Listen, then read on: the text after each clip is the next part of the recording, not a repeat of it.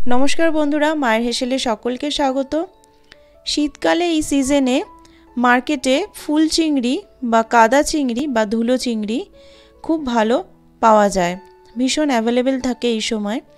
আমরা এখানে ফুল চিংড়ি নামেই চিনি, আপনাদের ওখানে কে কী নামে ডাকেন আমাকে কমেন্টে জানাবেন। চিংড়ি মাছটা আমি দেখিয়ে দেব।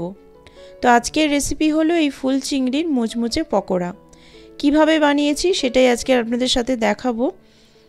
ভীষণ ভালো টেস্ট হয় চিংড়ি মাছে। এইরকম একটা রেসিপি বাড়িতে কোনো গেস্ট এলে বা কোনো অনুষ্ঠানে যদি স্টার্টার হিসেবে রাখা হয়, বা দুপুরবেলা গরম ভাতের সঙ্গে ডালের সঙ্গে এরকম যদি মুচমুচে ফুল চিংড়ির পকোড়া থাকে, দুপুরটা একদম জমে যায়, খুব ভালো খেতে হয়। রেসিপিটা দেখার জন্য অবশ্যই ভিডিওটা শুরু থেকে শেষ অবধি স্কিপ না করে দেখবেন। আর আমার চ্যানেলে যারা নতুন বন্ধু তাদেরকে আমার চ্যানেলটাকে সাবস্ক্রাইব করে আমার পাশে থাকার জন্য অনুরোধ জানাবো। ভিডিওটা ভালো লাগলে অবশ্যই লাইক, শেয়ার, কমেন্ট আর সাবস্ক্রাইব করে দেবেন। তো চলুন কথা না বাড়িয়ে রেসিপিটা শুরু করি। এখানে নিয়ে নিয়েছি পকোড়া বানানোর জন্য পেঁয়াজ কলি। পেঁয়াজ কলিটাকে অনেকগুলোই পেঁয়াজ কলি নিয়েছি, পেঁয়াজ কলিটা দিলে ভীষণ ভালো খেতে হয়। পেঁয়াজ কলিটাকে এরকম ছোটো ছোটো কুচি কুচি করে কেটে নিয়েছি। আর এখানে 4 থেকে 5টা কুচনো পেঁয়াজ রয়েছে, পেঁয়াজের পরিমাণটা অনেকটা লাগবে। আর এখানে রয়েছে 13-14টা মতো রসুনের কোয়া আর কিছুটা আদা নিয়েছি। এতটা আদা লাগবে না, আমি দেখিয়ে দেবো যে কতটা আদা আমি ইউজ করেছি। আর এখানে দেখিয়ে দিলাম ফুল চিংড়িটা।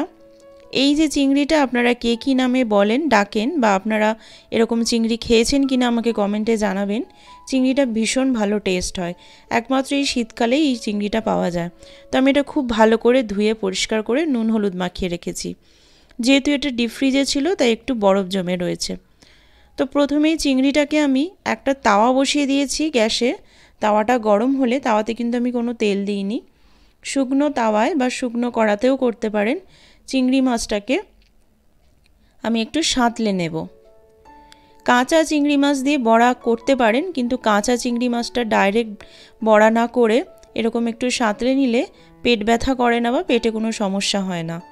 যেহেতু নদীর চিংড়ি, তো পেট ব্যথা করার সম্ভাবনাটা থাকতে পারে, সেই জন্য আমি শুকনো খোলায় একটু ভেজে নিচ্ছি, সাঁতলে নিচ্ছি তেল ছাড়া।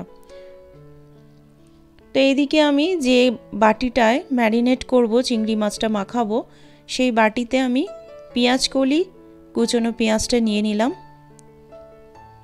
এরপরে আমি 1 টুকরো মতো আদা একটু গ্রেট করে নিচ্ছি।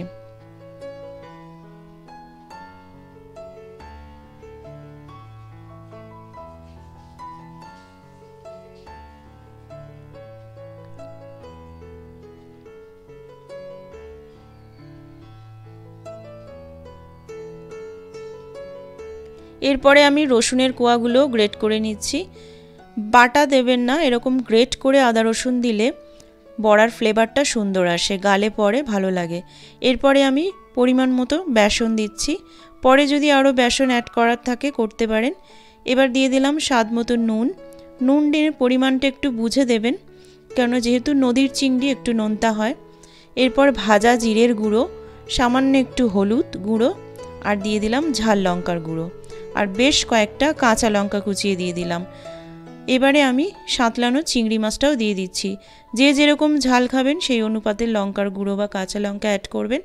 এই বড়াটা একটু ঝালঝালি খেতে ভালো লাগে, তাই আমি কাঁচা লঙ্কা আর গুঁড়ো লঙ্কাটা বেশি পরিমাণে দিলাম। এবারে সামান্য একটু জল দিয়ে দিয়ে মেখে নিতে হবে, যেন খুব বেশি ব্যাটারটা পাতলা না হয়ে যায়, ব্যাটারটা যেন টাইট থাকে, সেই রকমভাবে আমাকে ব্যাটারটা মাখতে হবে। তো হাত দিয়ে খুব ভালো করে ম্যারিনেশন করে নেব। আমার মনে হয়েছিল যে এর একটু বেসনের প্রয়োজন আছে, তাই মাঝখানে আরেকটু বেসন আমি অ্যাড করে দিলাম। আর কিন্তু জল লাগবে না, ব্যাটারটা ঠিক এই রকমই টাইট হবে।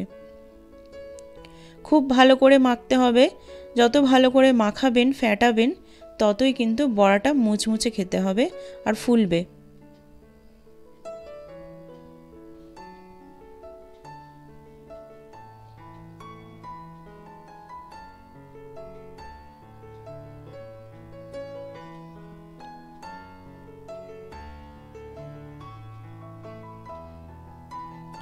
তো ওদিকে আমার ব্যাটারটা তৈরি হয়ে গেছে। আমি এখানে কড়া বসিয়ে দিয়েছি। কড়াইতে দিয়ে দিচ্ছি সাদা তেল। তেলের পরিমাণটা বেশি লাগবে, ডিপ ফ্রাই করব। তেলটা গরম হয়ে গেছে। আমি বড়াগুলো চপের মতো বড় বড় আকারে গড়ে দিচ্ছি।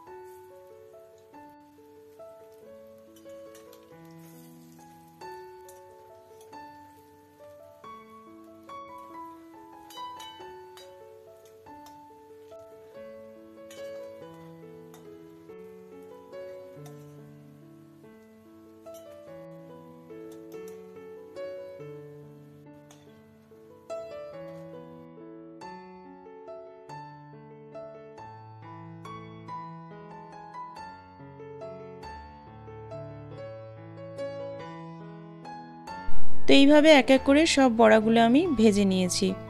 প্লেটে একটা সার্ভ করে নিয়েছি বড়াগুলো। খুব সুন্দর খেতে হয়েছিল, খাস্তা মুচমুচে হয়েছিল বড়াটা। বাড়িতে অবশ্যই আপনারা এইভাবে ট্রাই করে দেখবেন, ভীষণ ভালো লাগবে। আর আমার এই রেসিপিটা যদি একটু হলেও ভালো লেগে থাকে অবশ্যই করে লাইক, কমেন্ট আর শেয়ার করবেন। আর সাবস্ক্রাইব করতে ভুলবেন না, পাশে থাকা বেল আইকনটা টিপে দেবেন যাতে পরবর্তীকালে আরও নতুন নতুন রেসিপি আপলোড করলে তার আপডেট আপনারা পেয়ে যান। তো আজকের এই পর্যন্তই। পরবর্তীকালে আবার দেখা হবে নতুন কোনো রেসিপি নিয়ে। টাটা, ভালো থাকবেন।